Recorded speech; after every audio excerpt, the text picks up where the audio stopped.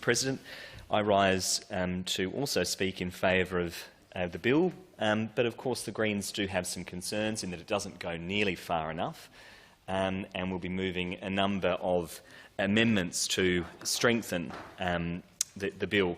I won't talk about all of the elements of the bill. They've been thoroughly ventilated through the government's speaking notes, but I will put on record some of the concerns that the Greens have around the approach that's been taken by the Malinauskas government. To say that their approach to this crisis has been slow and piecemeal is an understatement.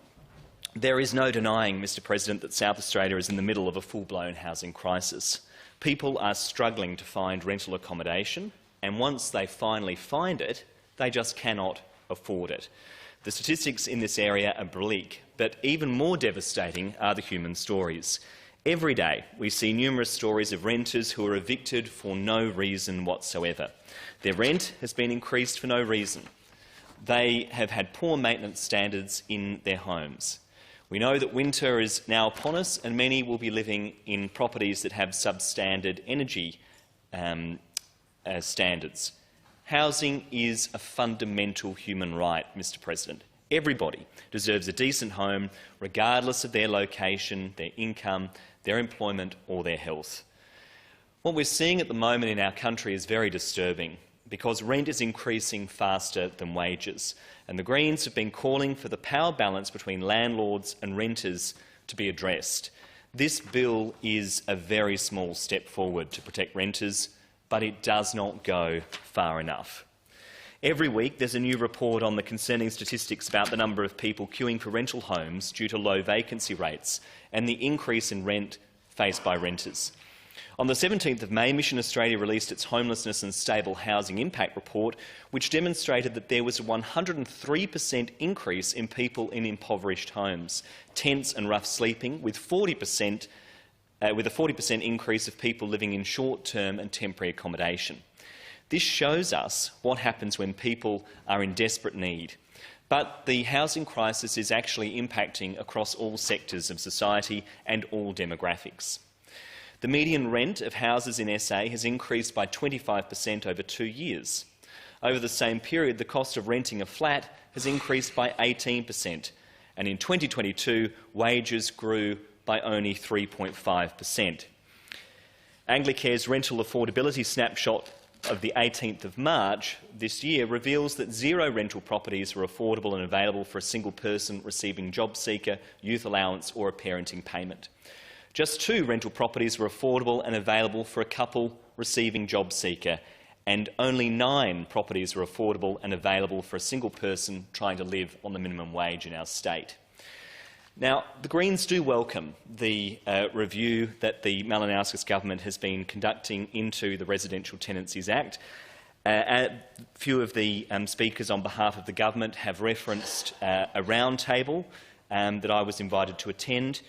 I was delighted to receive the invitation along with the Honourable Mr Pangello, but was surprised that my role was to sit as a silent observer on a separate table to the other participants, particularly given the significant work that I've done in this place in terms of advocating on rental reform.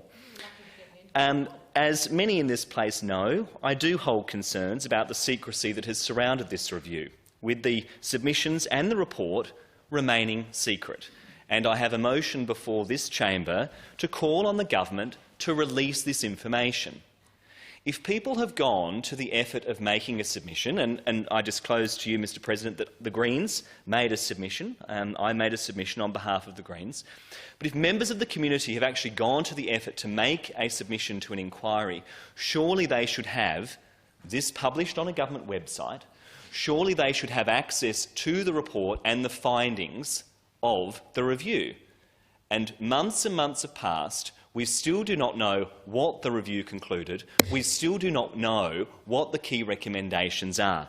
All we have is a very modest piece of legislation that addresses some small aspects of the rental crisis that we face. The Greens believe in transparency, and we've called for the government to release the review. One of the elements in this legislation that I think is worth addressing in a bit more detail is the claims that have been made about rent bidding. Upon the introduction of this bill, the government issued a media release titled "Rent Bidding to be Banned in South Australia."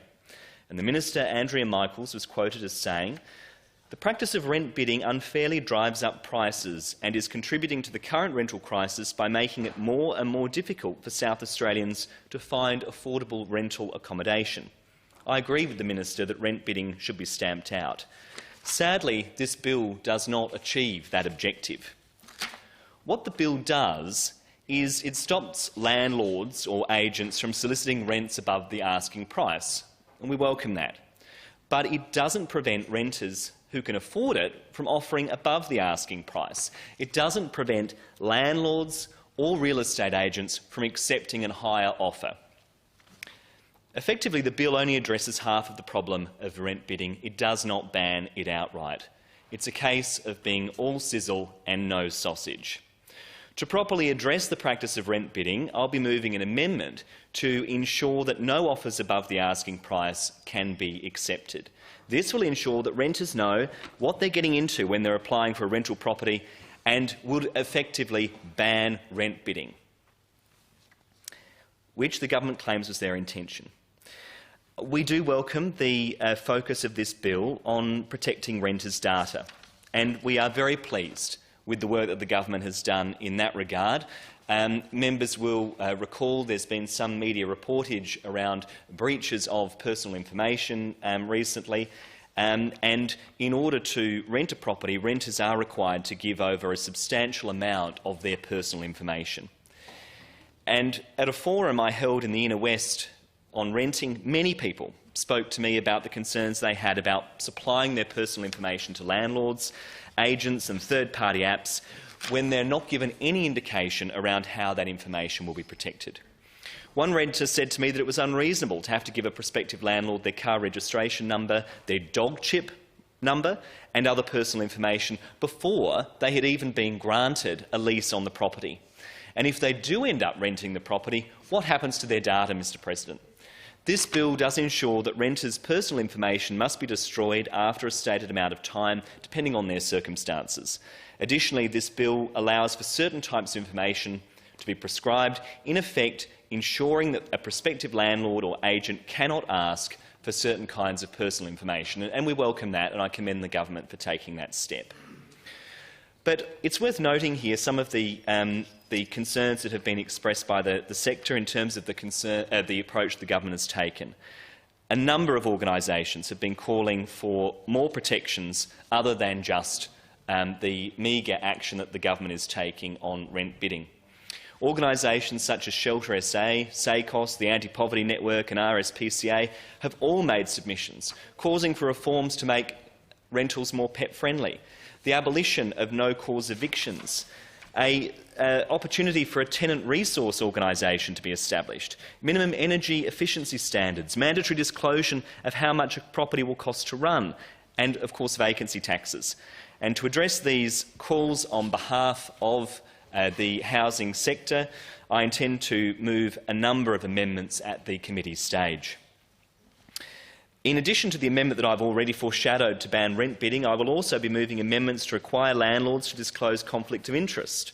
This is an important transparency measure, Mr. President, that would ensure that all conflicts of interest are out in the open, especially those that relate to the relationship between the landlord and their real estate agent. One of the other elements of the bill that the Greens are seeking to change is to give the Minister the power to apply rent controls, so that the Minister of the day can move quickly to deal with skyrocketing rent prices. Rent controls have been used in many places around the world and indeed used in Australia under the Menzies government. And I know that some of the commentary around rent capping is that it's a radical concept. I'd hardly call Mr Robert Menzies a bastion of the radical left, but his government did have rent controls in place to deal with some of the challenges that were being faced in the housing market at that time. It's been used in places like Spain, Berlin, New York and Ireland. We also are moving to establish a default position in favour of renting with pets, And of course, we're moving to try and end no-cause evictions, because no-cause evictions lead to tenants being fearful of raising issues with their landlord. It can create that power imbalance where a potential tenant is concerned about raising issues for fear that their lease may not be reviewed. I should say, Mr. President, it's one of the elements that I'm very passionate about.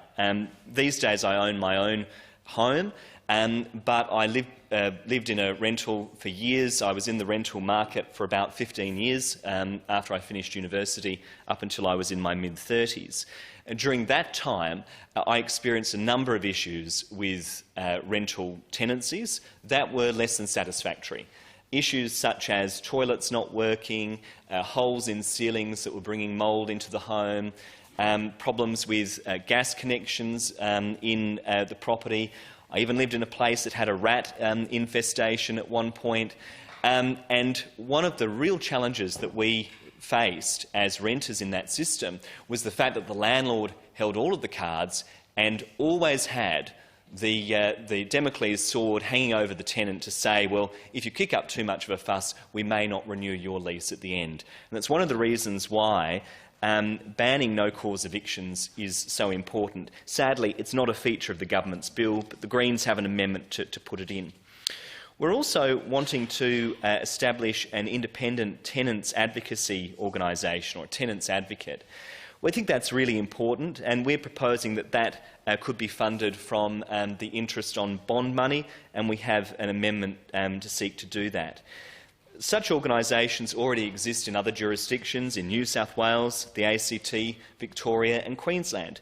It's worth noting, Mr. President, that Victoria's was established 45 years ago, New South Wales was established back in 1976, and Queensland established theirs in 1986.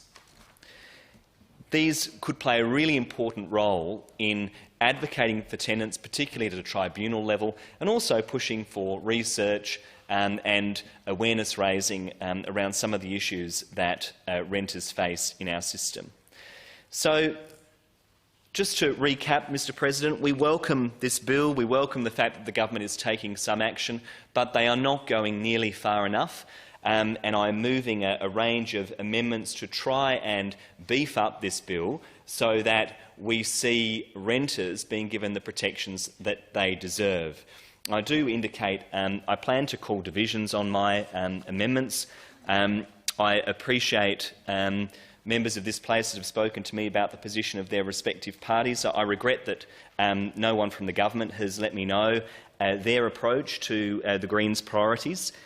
So I will just have to wait and see how that plays out, Mr. President. But I do, as I say, appreciate the government taking some action on these issues. But we need to do better. We need to do so much better. So, you know, the Malinauskas government, get cracking.